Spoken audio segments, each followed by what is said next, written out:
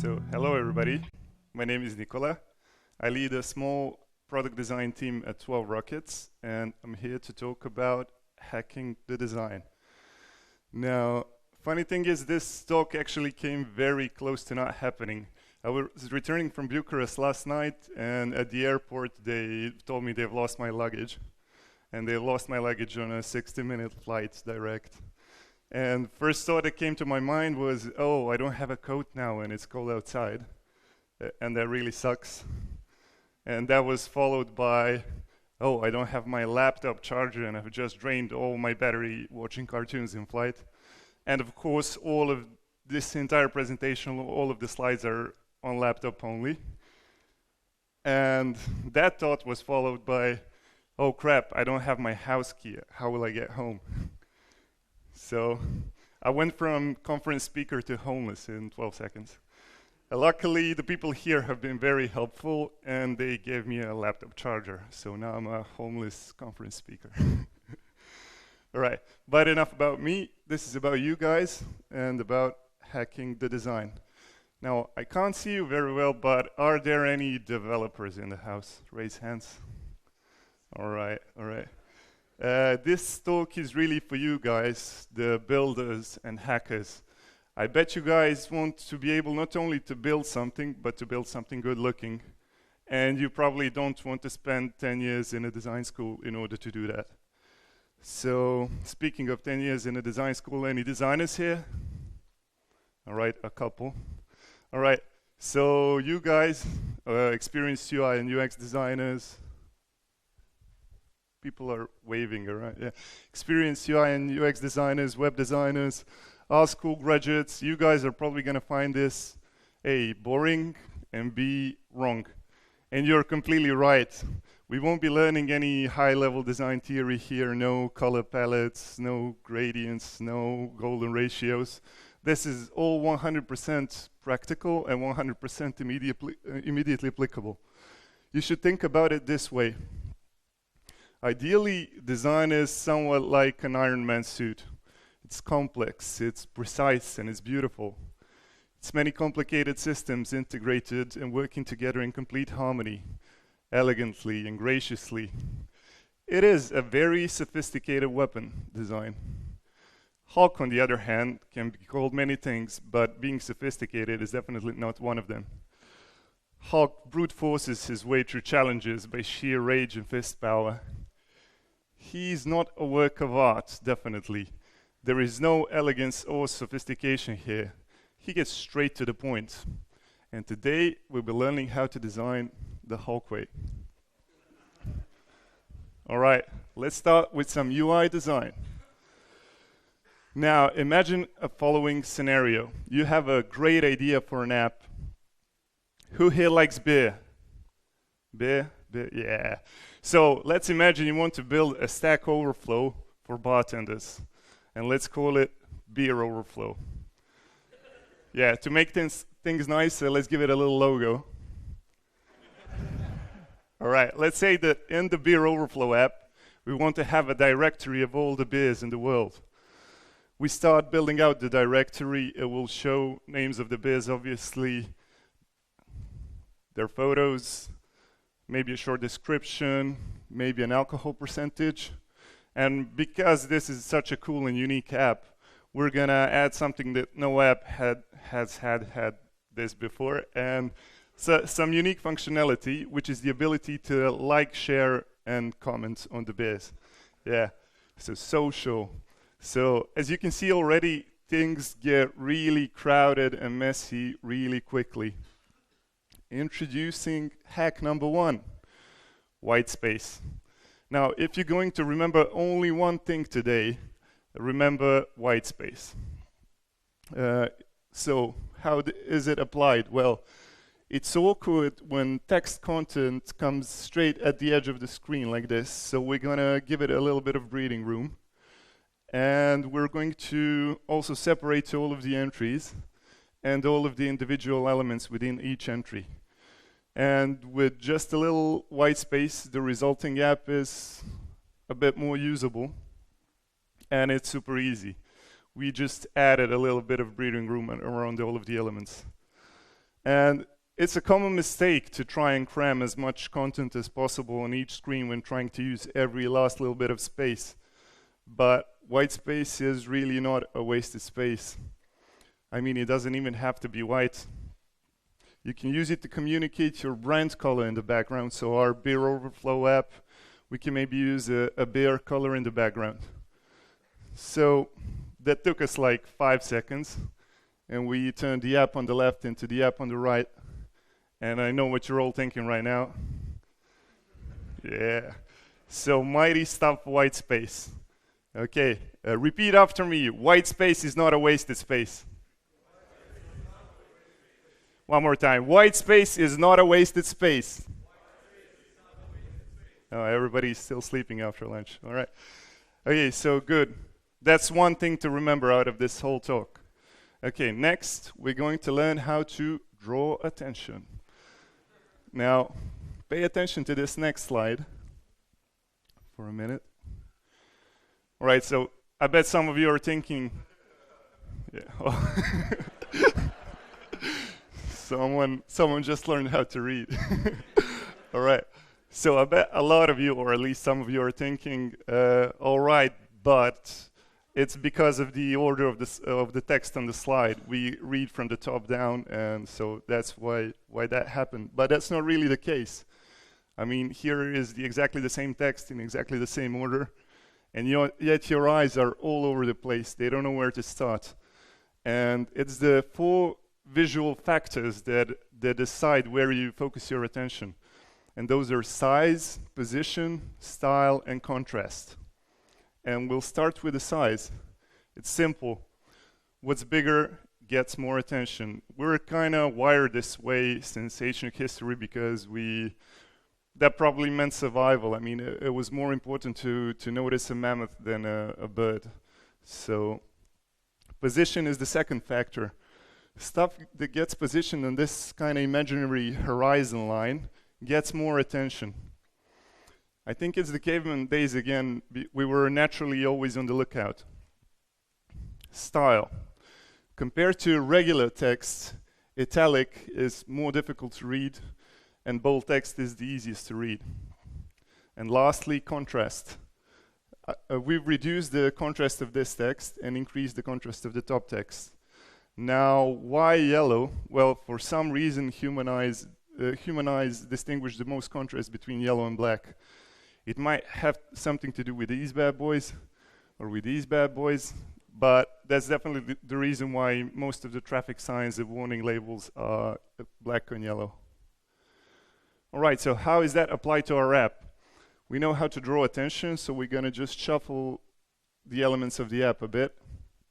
Yeah, so that's kind of better. My eyes have a certain flow to this. They know which way to go, and I can easily just glance and try to find a beer that I'm looking for. All right, typography. Next up, brace yourselves.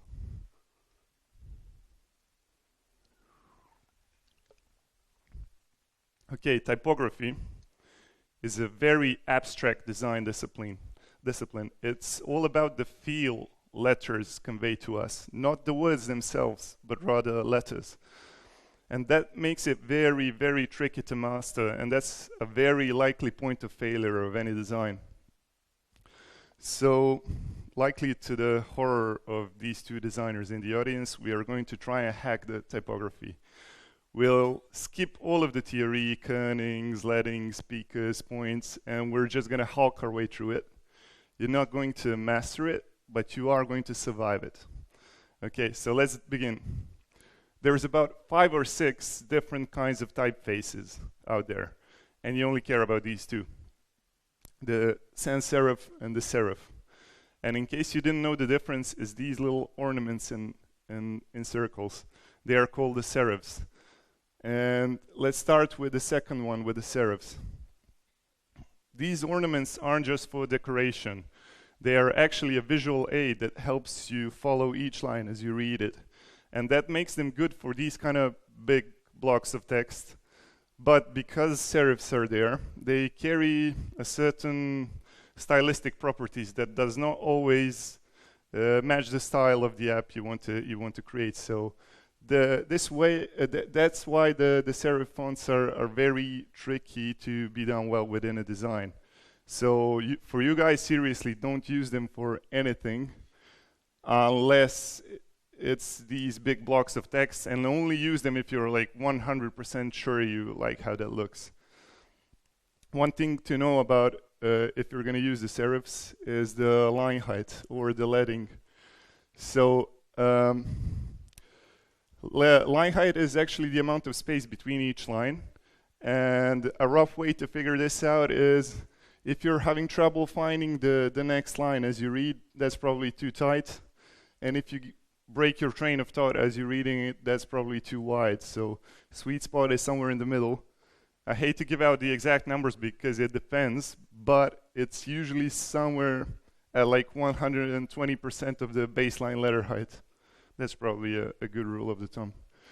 So I did the hard work and found these couple of sans serif fonts that you can use without too much risk. They're all available for free on Google Web Fonts. And now the sans serif. Use sans serifs for everything. I mean everything. Titles, navigation, call to action, buttons, content, everything. One thing to be careful about is if you're developing for an ecosystem, always use the native font. For Android, it's Roboto. For Apple's ecosystem, it's San Francisco. They recently changed it from Helvetica New. And in case you're that one developer that develops for Windows Phone, use Ziggo UI. All right, so a couple of reasons to use native fonts. Design-wise, app is going to look much more a place within that ecosystem on your phone. It's going to look like it belongs there. But there's also practical reasons. It saves you the hassle of having to import another font. And it actually saves a bit of space. So if you're going to import a typeface and all of it's like bold, italic, styles, and maybe even international supports for different characters, it can add up to a megabyte or two to your app, and that's not to be taken lightly. So in the case you have to use a font that's outside of an ecosystem, if you're building outside of an ecosystem, example for the web, or if you're building something cross-platform, here are some fonts that you can use. I mean, Linux Nazis are going to say, well, Ubuntu is a platform font, but yeah, all right, you can use it. And those are pretty safe. People are writing down, so I'm just going to give them a second. All right. All available for free on Google Web Fonts. Some other cool repositories for fonts. Font Squirrel. Da Font is all right. Now, just one thing to remember, if you're going to be brave and experiment with fonts that weren't on those lists, here's a couple of things you need to check. So, font checklist. Make sure that the font you just randomly found on the internet has both cases, both the uppercase and the lowercase. Make sure it has numbers and special characters. Make sure it supports all the languages you're going to use, and that it supports all of the styles if you're going to use special styles. So back to our app, we'll learn typography. And next thing we're going to learn, I don't know, is this all right? Nah, not yet. All right. So if you want to improve almost any digital design, one thing you can do, you can make the images bigger. You really can't go wrong with that one. So just make the images bigger. And I don't know if you remember the white space remark about text being awkward starting straight from the edge of the screen, where that doesn't apply to images. So images, you should just always go full bleed. Bleed is going to look way, way, way better. Because this way, basically, what you have is a frame around the image within your app, and then you have another frame of an actual physical device you're holding. So that's kind of a double frame bad. All right. So this is good. Looks all right. It is aesthetically pleasing, but usability suffers here. When we started out, I was able to see like maybe 3 or 4 beers, and now I can only see 1 and a bit of a beer. And I would always prefer 3 beers than 1 beer. So what are we gonna do is we're gonna do this. See what I did there? Okay, so what we did is we used images themselves as containers. So all of the entries, we basically placed all of the stuff like title, alcohol percentage, description, the social functionality, we placed it within the containers. And to do this successfully, we need to be familiar with a very, very useful technique out there, which is text on image overlay. Yeah, the names are getting more and more clever by the slide. All right, let's explain it. Grab an image, drop some text, and you're done. Nah, you're not done. As you can see, not all of the text here is equally readable. What we could do is we could move the text a bit, or we can crop the image differently, but that's gonna work just for that one text and just for that one image. And you being the developers and everything, you love your dynamic solutions. So this doesn't work. So what are we gonna do? There are several techniques that can be applied here, dynamical. So one of them is full overlay. This is safe, but the photo is not as visible. This might work sometimes for you, in others that might not be the case. Another example is box overlay. This is good. You can see the image, you can see the text, but it does carry a certain stylistic properties. So this might not fit the style of your app. It has a bit of a style on its own. Another surprisingly efficient method is to use blur on the image, because it evens out the contrasts of the background, so that makes the text quite a bit easier to read. And another good technique is drop shadow. Just be very careful about using drop shadow. If you go overboard, you're gonna end up with a 1999 web design. So one technique I'm really fond of is to softly darken the image area that contains the text. So you really don't see it here very well, but if we remove the image and the text, it looks something like this. Or just use any combination of previous methods. Yeah. So that's what I kind of did here. I used a soft image overlay and a bit of drop shadow. And it's kind of taking shape, right? Right? No, nobody is impressed. All right. So, okay, this is all good. Usability is good. We can see tree biz now. But if we pay attention to what's happening over here, we can see that the titles, descriptions, the alcohol percentage, that's all content. And like, share, and comment, that's not content. That's the same in every case. And those are actually actions. So good rule of the thumb is to replace or add icons to your actions. So icons, next hack. Creating icons from scratch is rather difficult if you're not an illustrator, but luckily illustrators already did a lot of the hard work, and a lot of it can be enjoyed online for free. So here are some good resources for you. Icon Finder. Flat Icon is another great resource for icons. It has it has vector formats of icons. And one thing to pay attention to is if you're going to use more than one icon in your app, in order for it to be consistent, in order to have consistent style between all of the icons, you should use an icon set. So Font Awesome is a great icon set. I don't know if anybody of you is familiar with Font Awesome. Yeah, a couple of hands. So developers really like this because some clever person realized that icons, vector icons, behave in a lot of the same ways as fonts do. So they just created an icon set with a typeface with all of the icons. And it's really tidy for the developers because you only import one font and you only have one asset in your app that has to be imported. So, and Typo kind of does the same thing as Font Awesome. We we grab some icons, phone toss them in this instance, and we're gonna replace our actions with the icons. Okay, that looks all right. We can recap everything. We started out from this, and we learned white space, and we learned how to draw attention. We learned some typography. We made images bigger.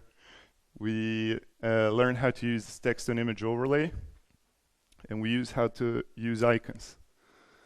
Now I call it a job well done.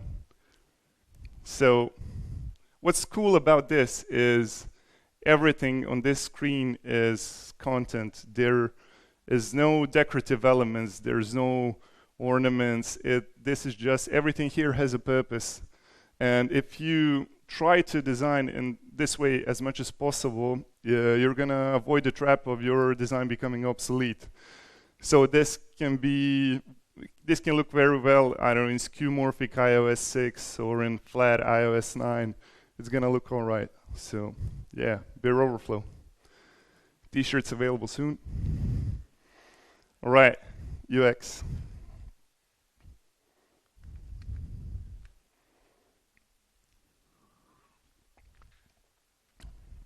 Now, UX design, that's a lot trickier subject. UX experience expands beyond the single screen, and it even expands beyond your app. I've heard a great analogy for UX at Bucharest by Chrissy Welsh. She's a really cool designer, and she said, like, imagine if a bicycle is a product and the cyclist is the user. The user interface would be handlebars and pedals, and the user experience would be riding a bicycle, the feeling of motion, the wind in the hair, and like going 20 miles an hour. So UX is a grand sum of all of the factors that have an impact on the user at the point of interaction with the app. So I mean all, like if he's crossing a noisy street while trying to look up a Google Map address and sun is hitting his screen, all of that is user experience. So being it as complex as it is, let's tackle it in do's and don'ts. Do research your audience. Now, you heard about target groups, and although it sounds quite a bit lame in marketing, it is really important. Figure out your audience, know how they think and act, and put yourselves in their shoes, literally. Not literally. So, say you're making an app that helps wave sailing navigation. So while you're looking something like this, while you're building out and testing the app, the guy that's going to be using it is probably looking something like this. He probably has sun in his eyes, the phone is in a water-resistant casing that adds extra glare, touch is not working properly because of the water, and all of a sudden those like 50 buttons, gradients, app candy, doesn't make much sense. The poor guy really needs like an arrow, and that says this way in big, bold capital letters. Do intuitive. Don't rely on people knowing something, and don't even rely on people recalling something they learned 2 minutes ago. Recognition is far easier than recall. How is this applied to the apps? Well, if you want to teach your users something, it's a lot better to create intuitive hints than to create tutorials. So an old iOS 6 lock screen, for example, had this neat functionality where you could access the camera by swiping the camera button upwards. Now, they could have placed a tutorial that explains all of this on first launch or something like that, but that is very unreliable. Instead, they did this. So every time you press the button, the camera app below is hinted. And it's a delightful and intuitive detail. It kind of evokes curiosity, really. All right, another good example is the wrong password scenario on the lock screen. The phone vibrates and nods negatively, and it's clever and natural. It is almost human. Now, imagine if instead of this, they would have like made the whole screen red and like wrong passwords, try again, alert view. I mean, this makes a lot more sense. Do use the form factor. So iOS screen is not really that great at all. When they first created it, they didn't pay attention to the touch form factor at all. They just applied the same 4-digit pin principle on the lock screen and dropped it into a touch environment. So it takes 5 steps to actually unlock the phone. And compared to that, Android takes 1 step. You don't actually need to even lift your finger and you're in. So they paid attention to the form factor. Do learn from the physical world. So a lot of interaction problems have already actually been solved in the physical world. And a great example of the interaction design is a humble electric kettle. The kettle actually has a built-in off switch in the lid. So when you boil the water, the steam builds up inside and opens it. It opens the lid when enough pressure builds up inside. So it's physics. It works that way. But thanks to the off switch in the lid, the kettle is turned off automatically. And this makes it very, very safe to use. You cannot start a fire with an electric kettle.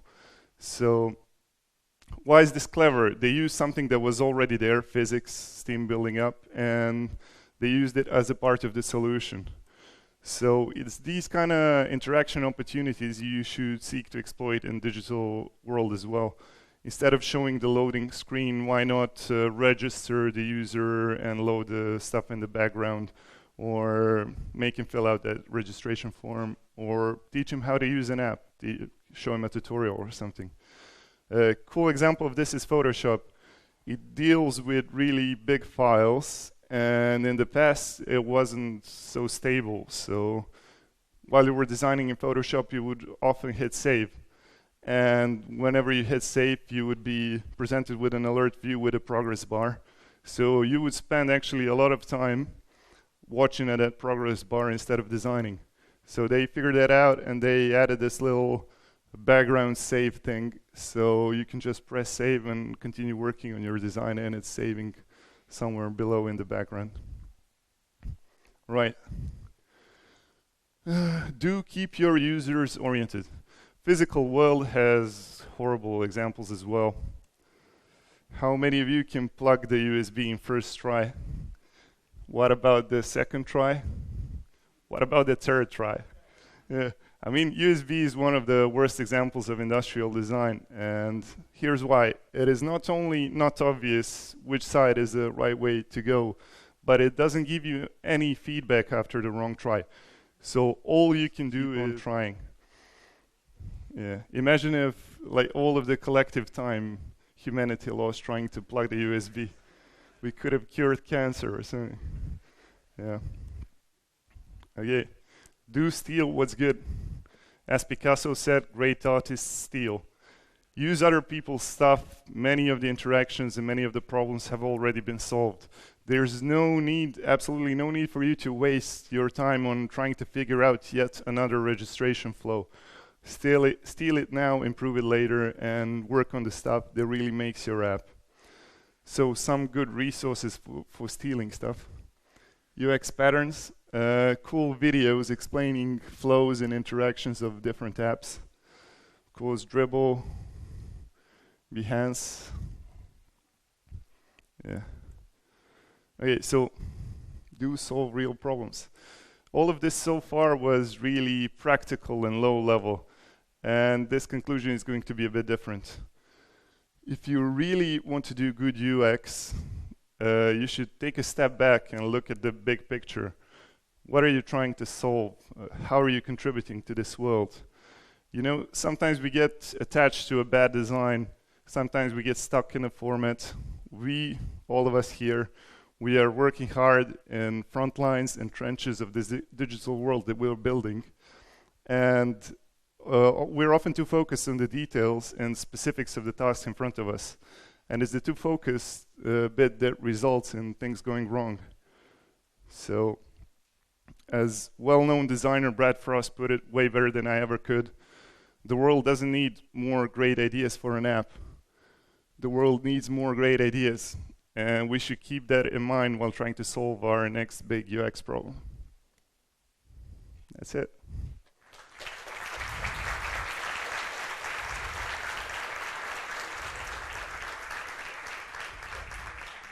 Cool. All right, questions. You can raise your hands, and there's also that other thingy.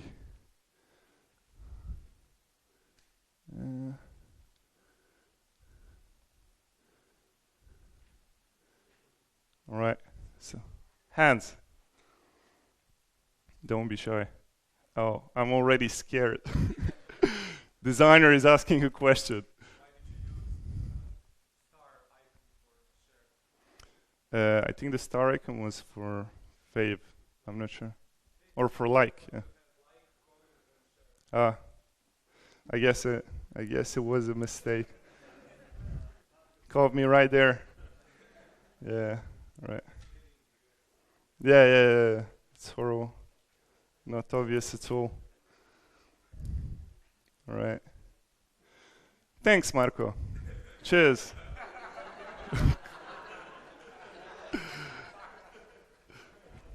All right. Always count to your friends burying you. Any other question? Any other mistake? All right. So, okay. I'm gonna be around, so don't be shy. Just approach me anywhere, and I'll be able to answer anything, or not be able to answer anything that you may ask. Thanks, everyone.